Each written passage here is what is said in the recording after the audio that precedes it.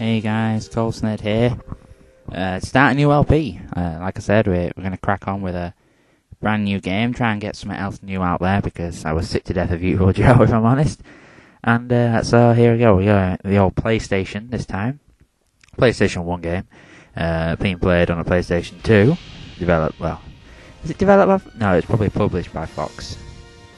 Which is always interesting, actually. You don't really see them anymore presenting games or anything. And Argonauts and those little critters there should give away the name of the game we're playing. This is Croc, The Legend of the Gobos. Now, this game holds a very, very, very, very, very dear place in my heart. It's probably the first PlayStation game I bought that I think I got. I actively went out and went, right, I actually saw it and went, I want this game. Because the first few games you got were, I remember I got a PlayStation for Christmas, I know. And I think we got, what did we get? We got Rayman and Tekken and something else as well. I can't remember exactly what it was, but we got a few more games as well. Some really random crappy ones. And then, but they were back in those days, they were 40 quid, they're expensive. Oh, look at the little baby Croc. They don't know what to do with him. Look at you training him, oh, he's so cute. But anyway, I didn't really know what to do, and then I had a meeting in year 4. I had like a parent-teacher evening. Year 4, for those who aren't in England, is, well, how old are you in year 4? About 11, 10, 9, 8. I was 8-ish, probably 8, 7 or 8. Anyway, basically I had to go reading, and my parents were like, "Hey, we'll get you a PlayStation game to say well done." And I was like, "Oh, awesome! What have we got? What can we get?" And I went and looked, and the Final Fantasy 7 was out, but it was just come out, so it was pretty dear, and this was a bit cheaper, so I was like, right, I want this. And we got Croc. Now, I don't think I'd ever heard of it before getting it. Oh, this is the big bad guy. He's owning this land. He's just walked in and gone, "I'm taller than you, I'm going to fry your butt with lasers." Haha, frying your butt with lasers. Anyway, and they all run away and hide or get captured. It's painful. But Croc can't get captured, we've got to get him to safety. Come on, King Gobbo, whack that gong. Little birdie or whatever his name is. But anyway, yeah, I got it and I played it, and I played this game and I played it, and I was terrible at it. As a kid, I was absolutely terrible at it, so young, new to it.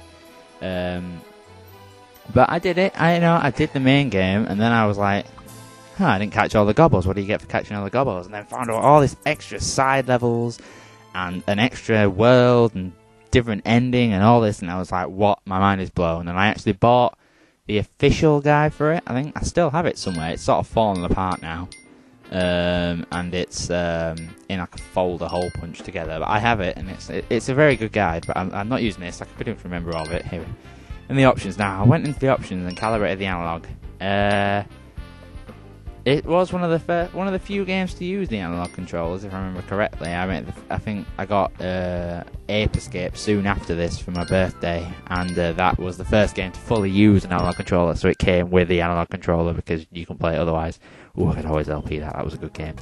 But anyway, here we go. 1-1. So the adventure begins. Now, Croc. If you've never heard of it before, it's a basic platformer, really. I say basic. It starts out pretty basic, but it has some very mean and scary things in it. You got these little bad guys called Dantenes, something like that. Little devil creatures. Basically the henchmen of Baron Dante, the big bad guy who is trying to stop you from saving all the Gobos. And it's never really explained why he wants all the Gobos. I don't think he just thought, you know what? I'm going to go in here and I'm going to conquer this world and take all the Gobos because I want them. But, so this first level is just to introduce you to some of the things you get. So, in each level, there are, let me list this off, there are 6 Gobos, little creatures you have to save. In order to get the 6th Gobbo of every level, except for one level where, in order to get all 6 Gobos, you have to get the 5 coloured crystals. Now, these coloured crystals could be out in the open, like this blue one here, or they could be hidden as normal crystals, like camouflaged. So, you've got to keep your eye out for them. Obviously this first level is not going to be too harsh on the hidden places for it because that's the first level, they don't want to put you off. But if you get all 5 coloured crystals, you go into a little bonus bit at the end where you can get 6 Gobbo, get all 6 Gobbos in every level, well, every level before the boss level, which doesn't have any Gobbos and it's just a gauntlet before the boss really. and you unlock a secret level where you can collect jigsaw pieces. Now I won't explain what the jigsaw pieces do right now, because that'd be spoilers, and I really like it in the end how I use the jigsaw pieces. But yeah, you want the jigsaw pieces really.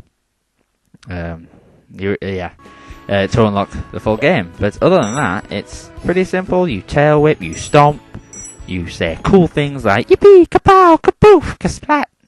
Yeah, that's my impression. It's such a beautiful game. I mean, back when I first bought this was, you might notice that graphics aren't the best anyway. It does look a bit dated, but I could still happily play it. I mean, I could play this game until forever. I think this is probably just ahead of Rayman for my favourite platformer. Rayman's #1 toughest platform I've played. I don't think I've ever done that legit. But anyway, I love this game. I love the music, I love the art style, I love everything about it. It's just so good. And it's quite lengthy as well. It's got quite a bit to it. I think in this video today we'll go through 2 levels. Obviously, again, as it's recorded on pre-recording. This is post-commentated because my console's still having problems. There is a bit of desync in this video towards the end, but I think I fixed it using a very intriguing setup. Oh, almost fell off there. So that's 4 gobbles. Just 2 more. Oh, look at the lava and everything. This game is so cool. I just can't get over how awesome this game is. I've really got a motivation. Ow. Yeah, just like in Sonic or something. You get hit, you lose all your crystals, you can pick a few up again to make you save. Whoa, giant worm! Yeah, screw you, giant worm. You can't bite me. But I do love this game. I absolutely love it. That's about all I can say, really. I just love this game. I love it.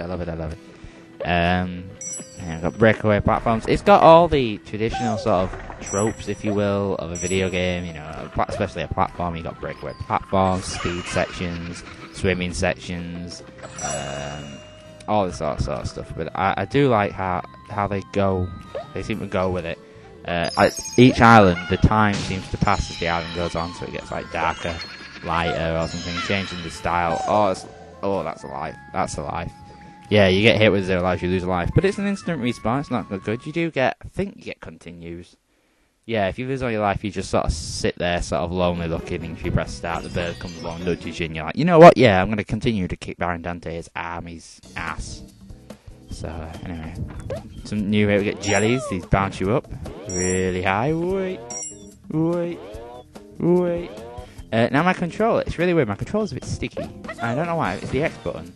See that there, look, I tried to jump up, but it stomps. Now to stomp you press X twice, and to jump you press X once, so that might make me come a cropper towards, as we move on in this LP, I'll sort of think. Gobbo here, for that 6th level, and a cheeky hidden life behind this barrel here. There's a lot of little hidden things that you don't really need to get, but you're probably best off you do.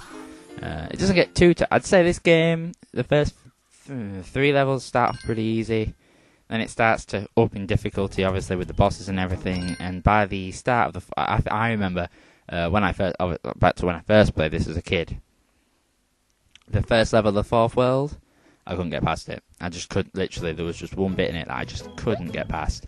And I level selected. There's a cheat. It uses some password features to level select. Yeah. I think this is where the desync happens. You can hear the audio slowing. Wow, that sounds like a really bad broken record, doesn't it? Oh, it's picking up again now. There we go. It's picking up. It's picking back up. But yeah, like I said, for these last few minutes of this video, there'll be some bad desync. But hey, I'll just try and talk louder, so all you can hear is my voice, and you can't hear the music. No.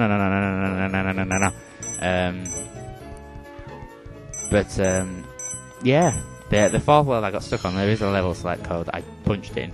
Problem is, when you punch in passwords, it doesn't register all your gobbo progress, etc. It just registers your lives and how far you... does it even register your lives, I don't think, just what level you got to. So if you cheat like that, then great, you can get to the final level, but it still shows that you ain't got any other gobbos in the other levels, which is quite a neat way of getting around people saying, I've finished the game. No, you haven't, you've got any gobbos. You lying bastard. But... anyway, now underground. There's little underground bits like this. You've got to be careful. There's quite a few other puzzles in this game. Use the blocks.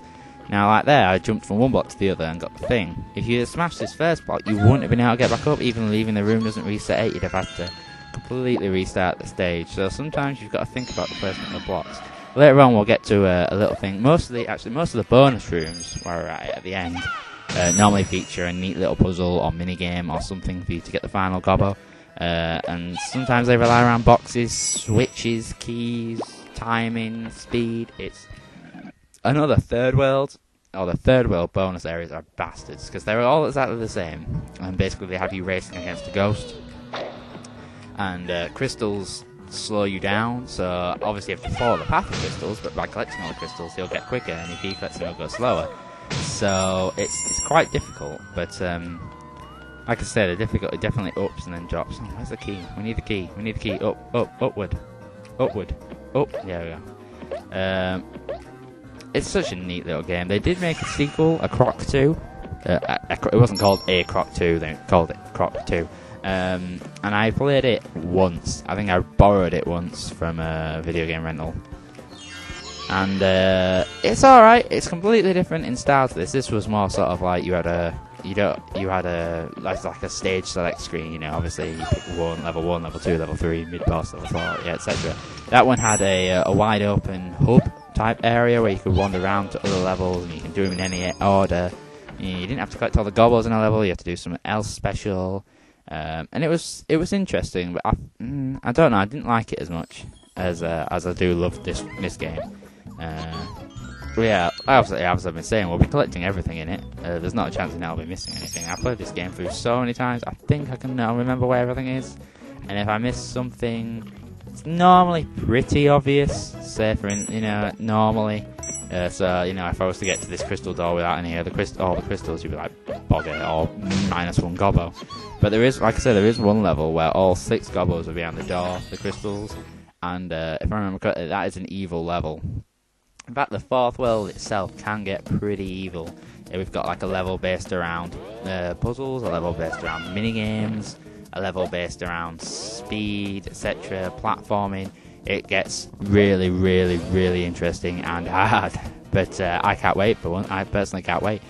We're almost done here. Now, I like this bit. If you hold down the X button at the top of your stomp, you smash through all of them.